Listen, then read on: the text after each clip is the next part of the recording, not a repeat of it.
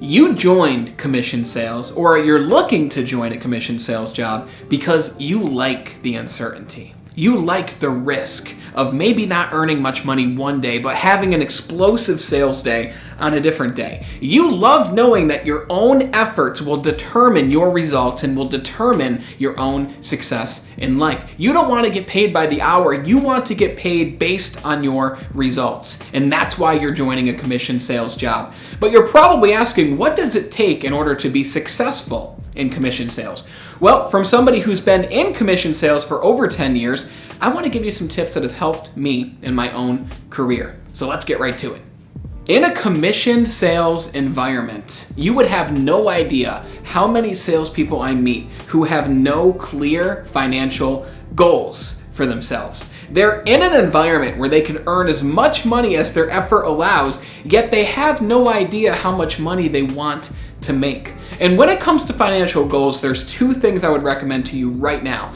The first thing you need to know is, how much money do you need each month in order to survive? And when I say survive, I mean take all those fun extracurricular things that you do out of the equation. Take date night and movie night and going out to fancy restaurants. Take all of that out of the equation. When I ask you how much you need to survive, I want you to think about, what is my rent? What is my mortgage? What is the minimum amount of money that I can spend on food? Imagine that you're living on a ramen noodles diet, right? Survival income is the absolute bare necessities amount of income that you could survive with.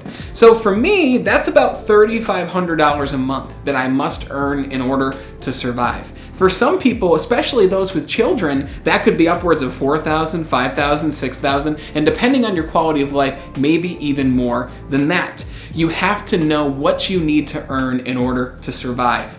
But even more important than that, I shouldn't say more important because they're pretty equal. You need to know how much you need to survive, but you also need to know how much you want to earn to live the better lifestyle that you want. You must have a financial goal. You have to have the end in mind. So let me ask you, how much would you love to earn in the commissioned environment that you're in right now?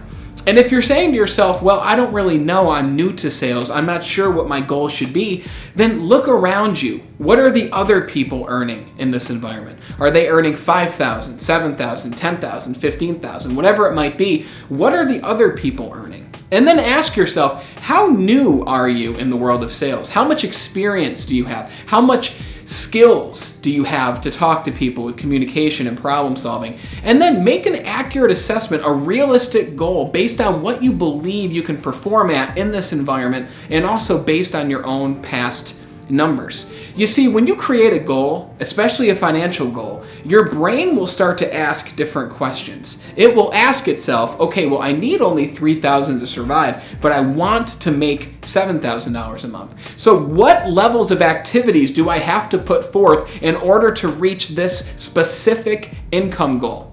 And then the trick is, just start doing the things that you need to do in order to reach that amount of money. A financial goal is also great because you can go to all of the other people in that environment who are already earning that amount of money, and you can say, hey Joe, hey Susie, how is it that you're earning $7,000 a month? What are a few tips that you could give to somebody like me so that I can increase my own income and meet my own financial goals?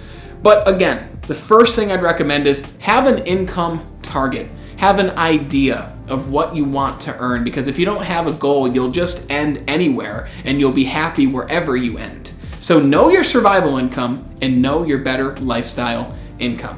Now that you have a financial goal, I'm sure that you've already noticed some days in commission sales are great, but then you have some days where you might make $0. That's right. If you're not in 100% commission sales and you're thinking to yourself, how could you ever go to work just to make $0? I would never sign up for something like that.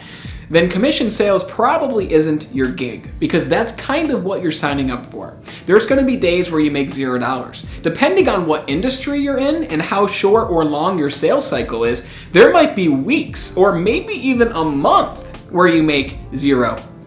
And obviously the latter is in the form of a longer sales cycle where it takes longer to close a specific deal. But the beautiful thing about sales And what I'm sure you've noticed is on the days where you've made a lot of money, on the days where you really performed and hit your targets and you hit your metrics, those were the busier days, right? You probably were in front of more people on the days that you made more money. Think of the days where you have made $0. What was the reason for it? Were you just off your game? Were things just not flowing for you the way they should? Maybe. But the reality is you probably just didn't have a lot of opportunities in front of you. You might have seen one person or two people, or you might have been only on a few sales calls that didn't turn into anything because of just that. You were only on a few sales calls.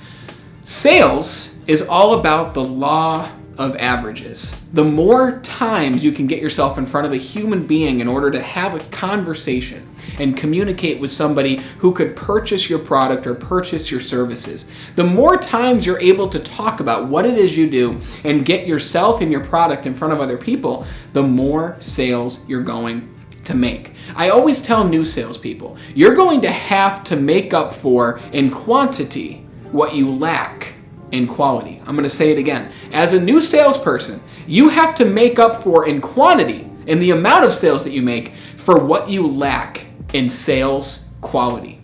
And I say quality because as a new salesperson, you don't have these skills built up yet. You don't have your words flowing and the talk tracks flowing about your product or your service. You don't exactly know how to overcome objections the way that you will be able to after a few months or even a year or two.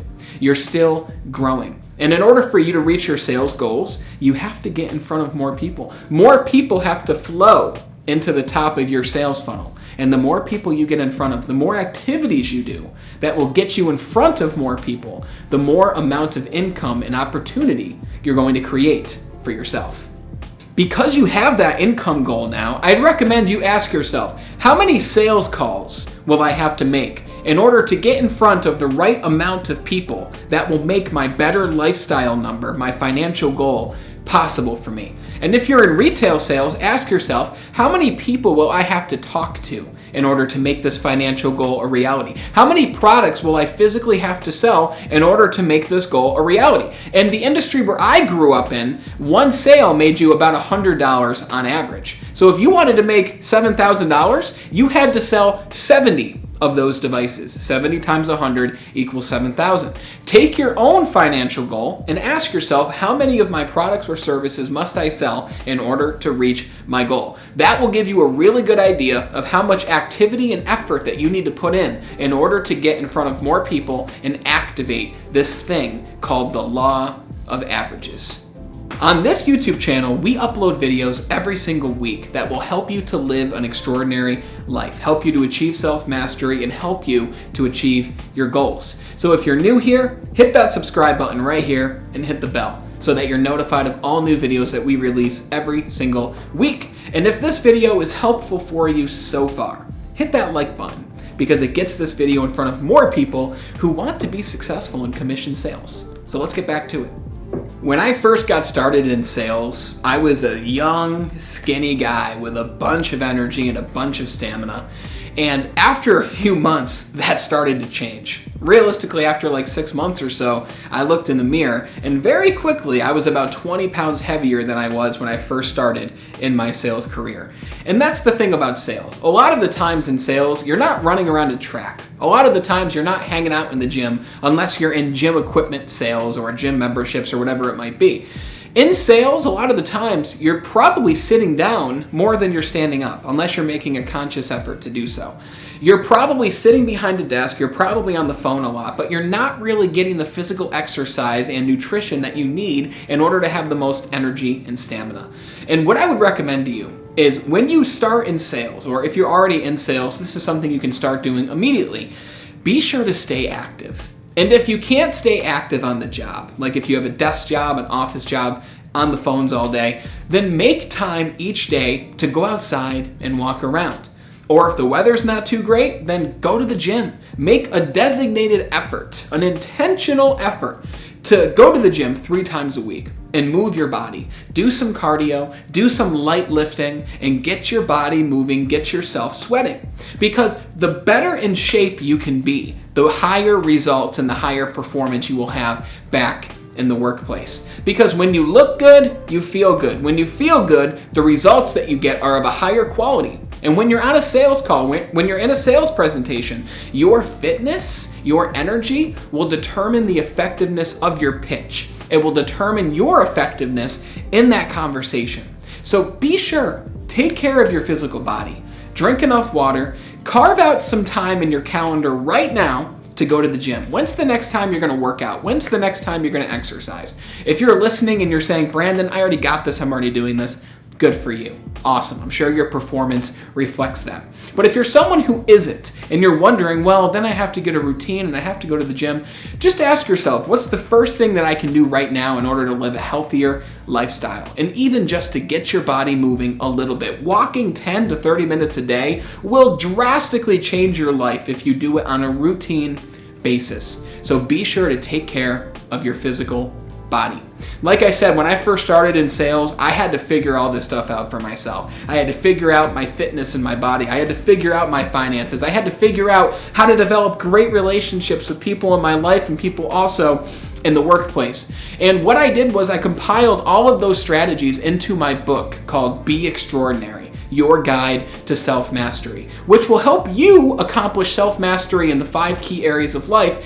And I want to give you a free digital copy of this book so that you can perform better in your sales career. So click the first link in the description below, grab your digital copy of Be Extraordinary, and use it to improve your life. And until we talk again next time, continue to be better.